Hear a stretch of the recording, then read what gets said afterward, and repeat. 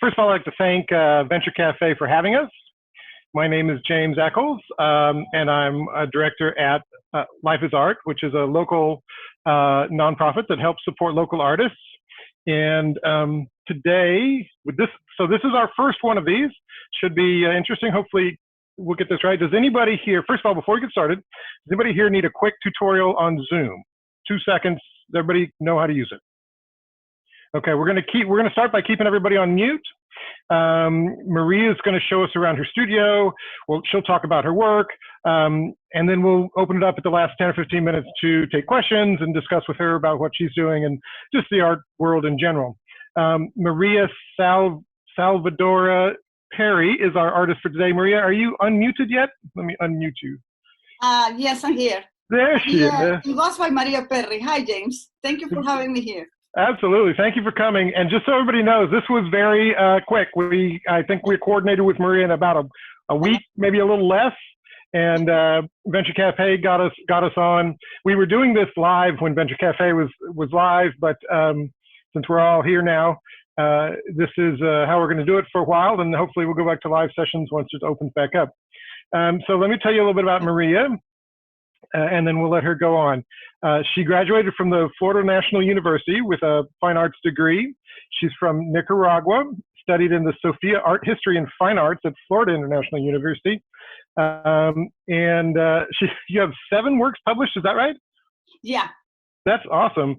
And you promote Hispanic literature. You do art about I think this is actually perfect because you do art about building communities and empower and social justice and things like that, which is a lot of what we were just talking about. So, Maria, take it away. Okay. Thank you, everybody, for being with me here. I have a few paintings that I want to show you quickly because the theme, this is the posters for social justice, right? Let me see if this thing works. I cannot zoom in the other, unfortunately. Let me see if I can call my son. Brandon! I have it there on the wall. That painting is about Nicaragua. How can I do it to show the picture there, please? The painting is about insurrection in Nicaragua. I was a student at the university. On the left, it shows the groups and the police and blah, blah, blah. That ended on, I participated on the insurrection with the students at the university level. To the next one. The next one is almost the same thing, that wrote my history, talking about Che Guevara, my participation on the Sandinista revolution. It didn't go well, right? Just pause it quickly. And the one on the wall over there here is about what happened in Nicaragua last year on April 18. It was a massacre of students.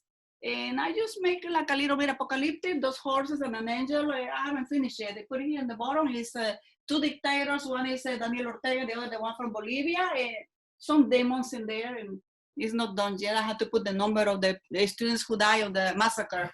And here on the left is the poster about the search that I've been making in social injustice. All the Jews, my favorite one.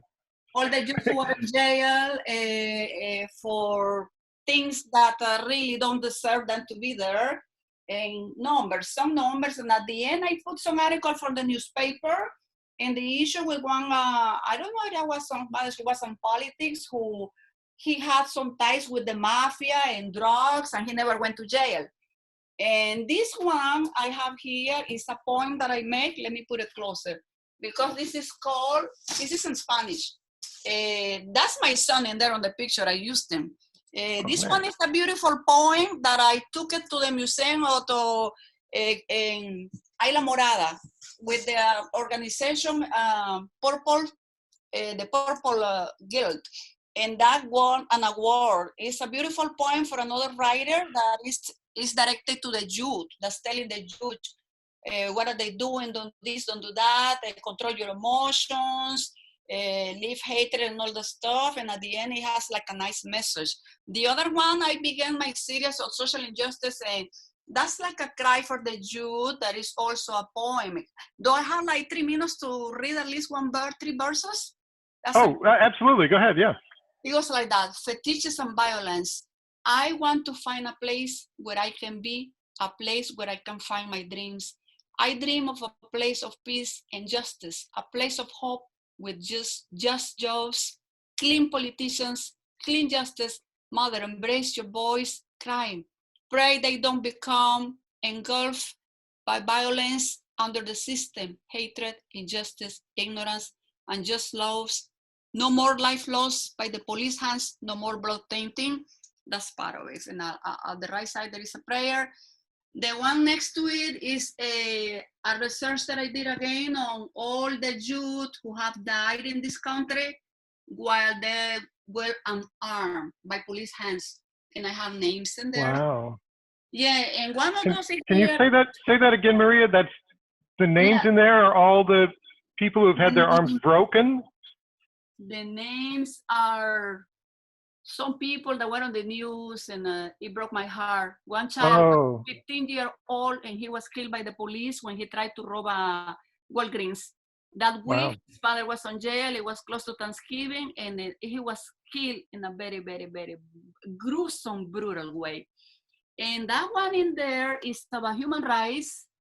I put in there all the amendments that were violated for these people, because one of them was a university student in California. He had done no harm, nothing. He was riding in his car. When a police stopped him for no reason, he asked the police why he was stopped. And then the altercation started. And then they started touching him. And seconds after that, he was clipped. He was shot to death. Stuff like that. So mainly that's what I base my stuff on. I have some things that have nothing to do with politics and justice, but not that much. And I will be painting next something about weapons and those some of those kids that were killed by, like that. And mainly that's what I've been doing. Here are my books. To put on my face. Can you, because you seem to have a really interesting style, a unique style. Can you talk to us about your process, how you get that kind of? My style is a little, you could call it naive, primitive. I don't have no regard for the perspective. Color, sometimes I think about the color. I want the color to be, according to what is depicting. And first, I got inspired by the issue, of course, the theme that I'm working on. And after that, I start doing my, like in a story, because I am a writer, So I like, up to some point, I like to depict up like the story of the issue, and then I do a research. Most of my works involve a lot of research, and that's how it goes. And so what's the material that most of that is on? Is that parchment paper or? The posters are paper. I did it digitally mainly, and okay. very easy. Yeah, I just work on the picture, photography, and I also can do it from a drawing. I may incorporate a drawing, but the paintings are paint on canvas. But the digital is easier, faster, and it gives you a lot of right options. So to work on. So that's how you place in the layers to put the art with the words and everything. Exactly. I can do like collaging, or I could use a painting, I could use a drawing, and then a composite, working on it. Actually, I'm very happy with all those ideas that I got when I was a student at the university here in Florida International University from our professors. I'm very happy with the way that they taught us, really. I'm happy with it. How long have you been doing digital work? I would say like 7 years. 7 years or maybe 10. I have some experience in Wynwood Art District, Miami, FIU. I took one of my paintings in Nicaragua. I have the painting in the living room. I couldn't detach it because it's oversized. Same with painting. I have another son room. It's kind of big, and the other is about all the situation that I cannot talk to you because I'm not seeing you, but it's political too. It's political, the other ones. And mainly that's what I'm working on. Somebody, CEO Analytics was asking, when you were talking about the people who were killed by the police, was that here in the U.S. or in Nicaragua? Yeah, it's here in the U.S. Here in the U.S. Okay. The first And how one long that have you been in America?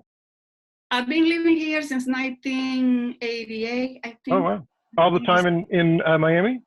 no, I started living in Palm Beach, West Palm Beach, and then Okay. from there I moved to Miami, and then I stay here in Homestead since like some 30 years or so, 25. Wow. That's great. Talk to us a little bit about, I guess, your evolution as an artist. So you've been here for 30 years. Have you always been an artist by trade, or did you do something before that?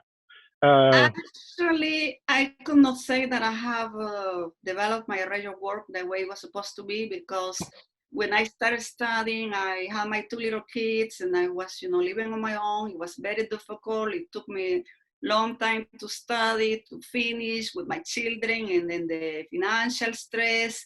So I haven't accomplished the riot work that I was supposed to, like being an artist on my own. But I've been doing like a lot of research, and from time to time I do a digital something on the issue. I have a lot of things that have projects that I work on. But the other problem I have encountered mainly is that the matter that I do, people are not interested by it. And the Oh, I galleries, see what you're saying. Right. places, I went to a gallery that last year I won an honorary mention Oh, because nice. poem, I don't have it in here. I made that poem too, and it's also directed to the youth. This year they banned me. They say that they don't want anything political at all. Really? Oh, that's great. So you won an award last year, and this year they don't want you back. Exactly. They don't want Wow. anything that has to do with violence. They say they don't. So it's sad because the way I do it is like kind of poetic, It's Right. not Right. any. So you found it pretty difficult here to be able to get there. And were you when you lived up in Palm Beach, you said, were you an artist up there as well? Did you? No, I was No. just starting my living there, and it was kind of, What got you interested into becoming an artist? Well, I have liked it since I was in Sofia, where I first studied art history and visual arts. And since I couldn't finish my dreams in there due to political reasons, so I came here and I studied the same thing again. So I have liked it, being in it from a long time. It's just that, the financial situation, Right. then the exhibitions, I haven't found galleries that many. I haven't done a lot of research, and that's been the issue. Yeah. And then, of course, COVID came along, and now we can't do exhibitions very well at all. So this was kind of our in-between solution. Everything comes into place. The opportunities are not that many, and right. Then it takes the preparation, discipline, and all that stuff, having in mind that people work. I work, I have family, and sometimes it gives you a little perspective. I have post stuff online, and I've been invited. I was invited to go to a biennale in Belgium, in Sofia, in London, but it's expensive, right? Material. I don't have, the right. finances that I need to go, but I'm happy that they like what I do, but not here in the US. I haven't right. at home. Right. So are you represented in any galleries over there in those areas? No. No. I've been in Wingwood like a couple of times, the Arte Chocolate, 2-3 times, and I was about to go again. I don't know if it will be this year, so I will. I will also be launching an exhibition of my own and at the Center for Social Change, and I will invite a group of doctors. So I have that project now. You have one up at the Center for Social Change? Center for Social Change. Okay, that's I have an office there, so. Cora Gables, yeah. I was in Cora Gables. offered to do it, so. Oh, that's great. That's great. So let's see. I'm going to if anybody wants to jump in, let's open it up and see if we take any questions here to talk about your methodology and any of your experiences. Anybody have any questions?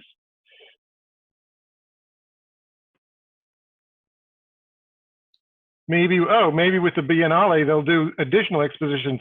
Have you heard about any of that going on? Any of the big fairs or festivals changing to virtual exhibitions this year? A lot of places are doing it virtually. I don't know what happened at the international level. artist from Rhone Alliance. That is the one that is a strong one.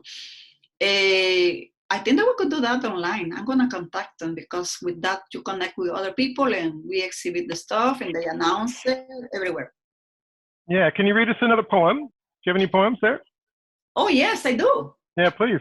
They are Spanish. I have, this is a book, Margaritas. I have here poems, a lot about social justice, but they are in Spanish. May one for Jane Doe? Yeah, go ahead. Jane Doe, Spanish? Either way, whatever's easier for you. Jane Doe, desconocida. Fuiste un día una dama, fuiste un día una madre, fuiste un día una niña, jugando a las mariposas, jugando a ser mujer. La vida te encontró en un callejón sin salida. El infortunio y la maldad se juntaron para darte ese final. Despedida, desolación, sin asistencia de nadie, así abandonada al frío, a los elementos que te arrancaron el secreto sagrado de la vida. No hubo esa cama limpia ni almohadas para ti. Hasta pronto, Jane Doe. Ya tendrás un nombre. Adiós, Jane Doe. Una flor en tu honor. Can you give us a kind of a summary in English of what that one's about? Jane Doe. I dedicated this to the unknown woman that dies on the street or is found, dead. And after she was, maybe I say here, you were one day a woman, you were one day a child playing to become a woman. You didn't deserve to end like that, desolated on the floor, out on the elements. One day you will get a name, and the ones who murder you, they will have a final judgment. This flower is in your honor. Oh. Actually, I dedicated this book to one girl who died here on Coral Castle in Homestead. She was 15. She was walking to school. She was, a poor girl that had to ride public transportation to go to school. And it did beat me hard because I say, if she wasn't that poor, this wasn't going to happen, because if she had somebody taking her to school, in a car, like most parents do in America, but she was riding the bus alone. I said, what? I was thinking, why public transportation? Why she didn't qualify for getting, the regular school bus? And then I was thinking about her, and I wrote her that I dedicated the book to her because I say this shouldn't happen in our society, Yeah. And she died. She was probably living on welfare, and she didn't have a mother. She wasn't living with a mother. She was living with a grandmother. Can you imagine what a tragedy? And also I dedicated to those two youngsters from the school, Homestead Middle, who died while dealing with drugs, because I used to work in that school like a substitute teacher. And when I go there and I see the empty chair, one of them was in my class the week before, and it hit me here, and I say, oh my goodness. Horrible. And so I make the poem called The Empty Chair. I say, an empty chair leads you there, an empty chair for somebody who could be and is not here, somebody that could have been a doctor, a teacher, or somebody, in society, and it ended there with no future. And horrible. Wow. So that's a lot of the stuff from my anthology is social. Tell us a little bit more about your publishing. You've published 7 books. That's amazing. Yeah, actually 2 of them are still in the oven. They'll be coming out. Oh, okay. Working on number 8. Number 1 was, I don't have it here, it's called Memories. It's just like a story of my life. When I left Nicaragua, I went to Bulgaria on a scholarship, and then I got into political problems. They accused me of a counter-revolutionary, and they started prosecuting me. Oh, wow. So that's how you ended up coming here. Oh, my goodness. And this one, Noche Bulgara, is talking about the issue when I was there in Sofia. This is a poem, a noun poem, and this is a picture of me that I ripped my face into. This is a very nice book. That's beautiful. The other one, thank you. This one is in English. It's bilingual. It's called 5 Senses. I am talking about 5 senses because I have had 5 accidents in my life. And the 2 last ones were bad ones. I nearly died. And it was till I was in the hospital. I nearly lost my eyesight. I have operations on my eye. Oh my God. Oh my God, we don't think about those things when you are, nothing happened to you. And I said, the sight is very important. Very important. Hands are very important. Your legs, can you imagine what you do without them? I am a disabled person myself. So I make a research, a compendium of all the disabled sites for Oh, disabled that's beautiful. people. Page through that so we can see it. I Page have through the interior. That's really pretty. poems in there, and I incorporated the golden rule that say, do unto others like you want to be done to you, because I see all these people that park in the handicap spots and they don't care. I have seen Oh, wow. on many occasions I called the police myself, and one day they told me, if you call me again, you will go to jail. Can you imagine? That's the system. Right. And trying to catch up. And this is a very nice book. I make all the illustrations myself. That's my son in there. Beautiful. When he was a child. So you lay that all out yourself in on the computer? You do the whole layout yourself? Yeah, I did this all wow. No, the book I sent it to to a printer. So, but I did it all in publisher myself. Yeah, it's That's a very great. nice book. And this one is the last one. It's called Alexander in the Kitchen. I pay an illustrator to do this. And this is like a funny story of a child cooking on his own, trying to surprise his mom. Oh. And it's in English and Spanish. A poem. I made the poem. That's nice. Is it a children's book or is it? Yeah, children. Yeah. This is a children. The other could be young and adults because it's, talking about a general issue. And that's what it is about me. I have been busy. So Eileen is asking, she said she loves how you use everyday events and issues to inform your work. Do you have any other artists that inspire you? Any artists that you look up to, living or dead, that you might want to talk about? Yeah. You're talking about the books or the for your art? Yeah. I cannot like primitive art. I like it because it goes against academics. Well, not against academics, but it's like in the style that I like to do. I don't have regards for academics or perspective that this has to be here, that this is the way it has to be, or like a correct and exact picture, and I go against all perspectives, and that's how I like it. Like looking like looking like a book, looking like a novel, very like childlike, or that's. Yeah, Eileen, did you want to say something? No. Okay. I'll probably have questions, but. Okay. No, go ahead. Anybody who wants to jump in, feel free to unmute yourself and go ahead and jump in with questions, whatever, or you can type them into the little text box and I'll read them for you. So when you were in school, did you have any artists that you were specifically studying that inspired your style, or did you just kind of come up with that entirely on your own?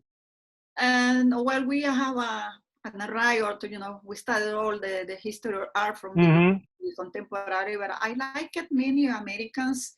I like it primitives, and I like it the Russian clay, the one that paint cows and stuff like that, because it looked like child like it, and I like it that one.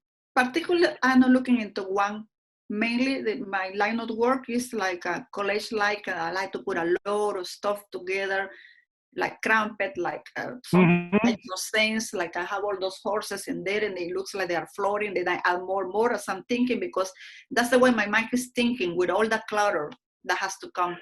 I think the thing that amazes me the most, when I saw the work that you sent to me to show what you were doing, I honestly would have never guessed that it looks like it's hand painted. That's why I was asking about how you get the layers, because a lot of your work looks like a really light watercolor. The wash, this one behind your right shoulder, it really looks like there's a beautiful color wash that looks like it's done with a lot of wet, watery watercolors, and that's I mean, I can't even imagine how you do that. What's the programs that you use to do that, for anybody who might want to dabble in digital art? It depends, different, for example, one is just all done on paper, and I just did a collage. The other is just a picture, a real picture, and I incorporate the poem. Like, let's say I have the picture. I use like transparencies, transparencies. I have a picture. I go to Office Max, where they do the incorporation of the transparency on top of it, and they blow the poster on. Then the poem, I have it written on the transparency. They do it on the Oh, you mean like literally like on a transparent, like one of those for the overhead projectors? Yeah. Oh, wow. It's very easy.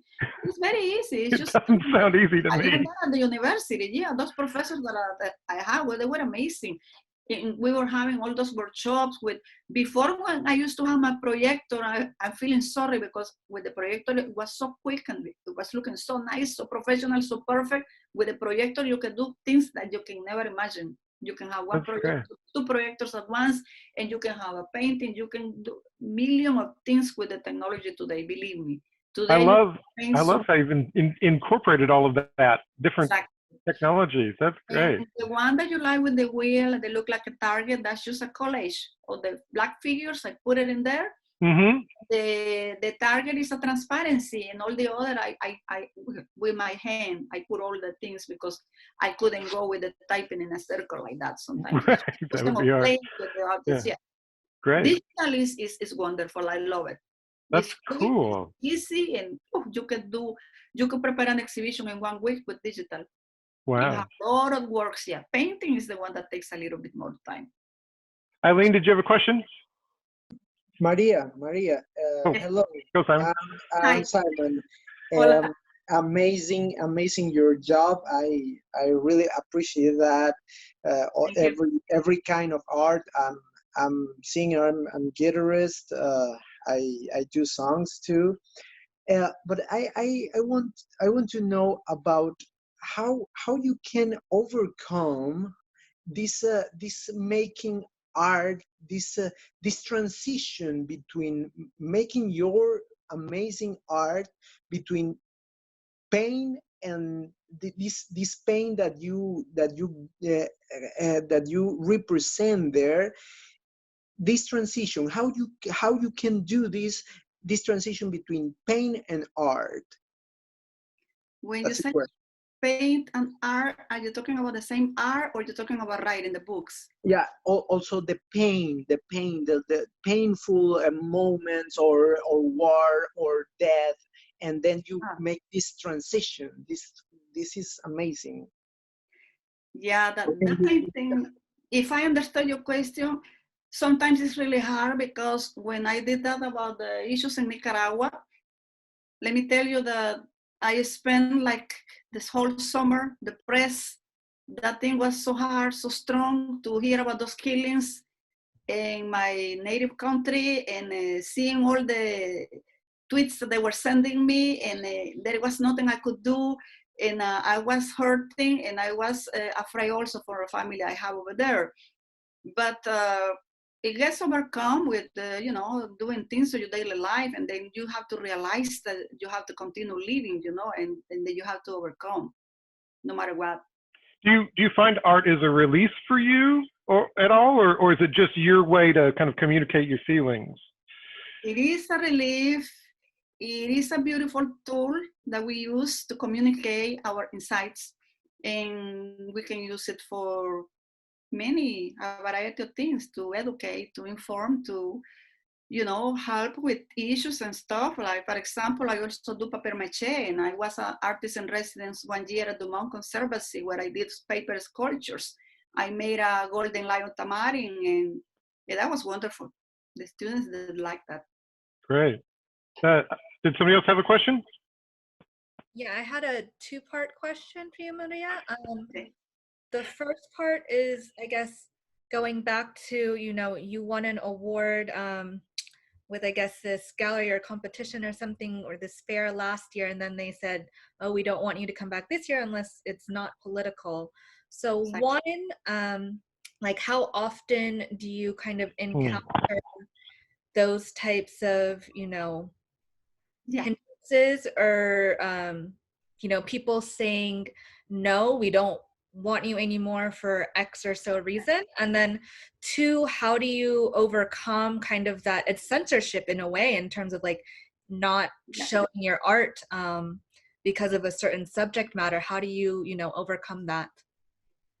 Well, it was sad. It makes me feel sad because you feel depreciated, and being that there are not that many opportunities in there that want to give you a chance to be on an exhibition of that scale, So it shortens the opportunities. But when you have an idea and a team, and you are sure that that's what you want to do, well, you continue doing it. Then you overcome, and you just understand that they don't have to accept you, and they don't have to have the exhibitions, or like that they are, tightening. I let them know now that they were just narrowing that art, art, but they are entitled to it. It's not fair to the community. Yeah, I know it's interesting as a art promoter ourselves. We run into that a lot, and I've been doing this kind of jury stuff for a long time, and I always say that the worst part of my job is sending turn down letters, because every show has a limit, and there has to be some criteria by which you choose, even if it's just the curator's own personal vision. And it just, it always, and I've talked to many artists like yourself who say, yes, it's just it's part of the world. But for us for me as a curator, it's terribly hard to be able to do that. I always make my partner Annette send out all the turn down letters, because it's just one quick observation about that. When I was a student at the university, once again, I say I'm so proud of the education I got in there, because they taught us to think critically. They taught us how to do art without the means of being commercial, or just painting flowers, or just painting things that people like. So that was the problem. So I understand the point, and they are just left a little behind, I think, in the wheel of art, publish, or whatever it is. But I have to understand it, So yeah. How have you found working in the art world in Miami? Other artists, gallerists, curators, people like that. What is your your experience doing that?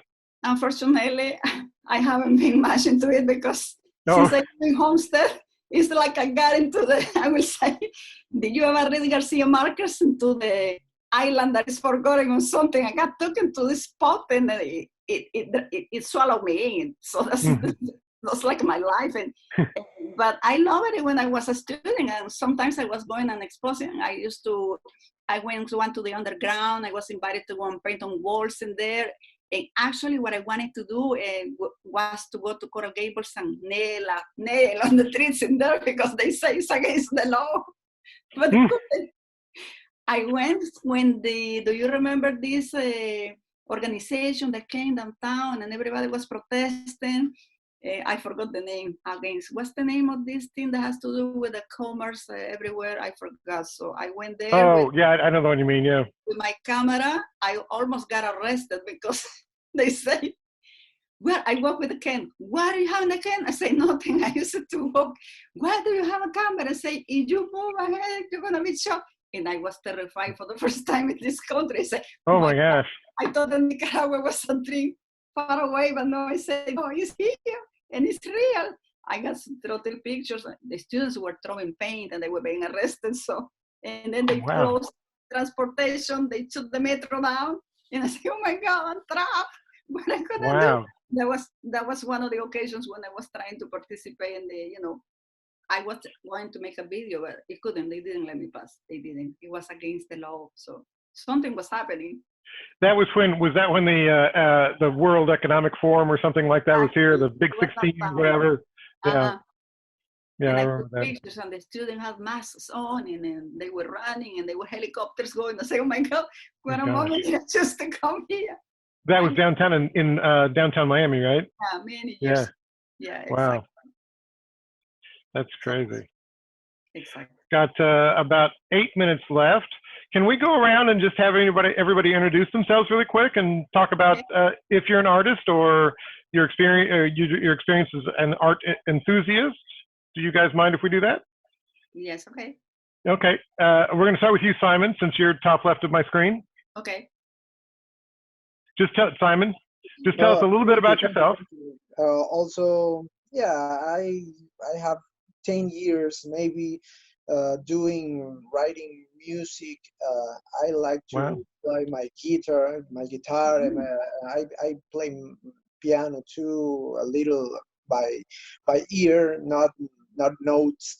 Also, I'm passionate with music totally, and with theater too. I love theater, and I actually want to someday to do a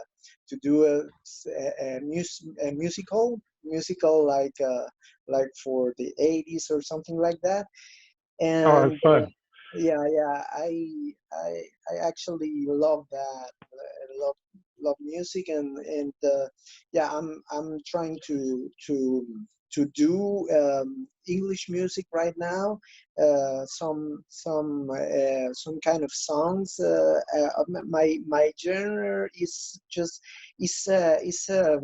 right now is transforming from pop rock to a little techno. It's just like Great. some in my YouTube channel. You can see something that I do a song about the quarantine, and that was a Oh, wow. song like a techno song. There in Simon for All is my YouTube channel, and yeah, it's in my Instagram Okay, too. good. And yeah, I'm trying to improve my skill, and uh, it's I enjoy that. I Great. enjoy to be myself with my art and my music. Yeah, Good. Well, it's thanks for great. coming. Annette, let me move on to Annette. There you go. Hi, everyone. Annette Pikert. I'm the Sitting right over there. as Annette. I mean, as Life is Art. Just want to help, local artists be all that they can be and help them do what they do best. Okay, So that's what we're here for. Eileen, thanks. how did I meet you? Yeah. There you go. Hi, I'm Eileen. For those who don't Hi. know, I'm the Program and Partnerships Manager for Venture Cafe Miami. Hi. But I've been involved in the arts pretty much all my life. Actually, before I started working at Venture Cafe, I was the art director for another nonprofit here in Miami for 7 years. So I've always been involved very much in the Miami art scene as well as the national art scene, and just trying to help artists as much as possible and build a community around them. So Thank you. the goal is, bringing non-artist folks to enjoy and learn more about the arts and participate in them. So That's nice. we're happy Cool. to be continuing my work with James and Annette because we've known each other for like years. For a while, yeah. Paulina? Yeah, I'm Paulina. I'm also part of the Venture Cafe Miami team. Happy to be hosting this session with you guys today. I think it's been a great conversation about the arts, and like the personal experiences, Maria, that you bring into your art it's been very interesting to hear that as well. I hope we keep doing this Yes. in the Planning on. virtual world. So I'm excited to see what we come up with in the future. Great. Thrill. Lala? Can't wait. Hello, everyone. Hi. I'm Lala. I am owner of Esteem Beauty Haven, and I am a hair and makeup artist. Oh, And I have always loved art, from music to painting. And I've always admired artists that can paint because that's something I'm not strong in. But to be able to hear Maria, and it's so nice to meet you this thank way, you. to see your work and how fearless you are with expressing yourself with what's really happening and what you know is real. And I love that with art, you're able to showcase that to the world. And you don't have to bottle it up. So this has been really great. Awesome. Thank Great. you. Mihaela? Did I say that right? Mihaela? Yes. I'm Maria. Sorry, I was on mute. That's good. I'm part of Venture Cafe Sydney in Australia. So hello from Welcome. Sydney. Welcome. Oh, wow. Is it It's Friday morning there? it is. It's 9:45 on Friday morning here. Oh, Well, my TGIF God. for you. That's awesome. Having breakfast. Having I a cup was of coffee. I was having my breakfast and my cup of coffee. So, and it is really cold. It's we're going into winter, so it's a little bit cold here. So I have my warm hoodie on. Nice. But what a wonderful session, and I wanted to congratulate Eileen and the VCS Miami team for putting such a wonderful story together on the arts. I love the arts myself, so it was very inspiring. And your story, Maria, was Thank you for absolutely being here. You don't want to hear my story, believe me, you will cry. That's why I have books. I think that's what makes it impactful and inspirational. Most stories that touch people are not the happy ones. I'm hoping to translate this into English, and Memorias is coming out English pretty soon. It's called Memories. Excellent. Lady Emma, are you there? Good evening. My name is Lady Emma. I'm from Miami. I'm an art enthusiast. I sometimes do some artwork when I'm inspired. But Maria, I really enjoyed hearing your story, and it's been a really amazing conversation. Kudos on the work that you do and the consciousness that you bring to your work. Great. Thanks for coming. And Renee. Renee. Is Renee here? I see. I know Renee. Sorry, oh, there she is. I'm not always technologically capable. I just figured out how to unmute. There you go. Well, I have to use it, don't worry. I'm Renee Rentmeester. I'm a creator and executive producer of the Cooking Without Looking TV show. It's the first TV show which features people who are blind and visually impaired. And I was in awe of your story. I was listening to it, and I felt that the pain you have, you must use it through your painting, and exactly cathartic. I guess it's the word cathartic. You relieve yourself of your pain through your art and your poetry. Is that correct? Is that something? Exactly. But just for a note of correction, I'm just painting and portraying the world we're living in, believe me. It's amazing. I love to just be quiet and learn and from people like you. So I was enjoying what you were saying.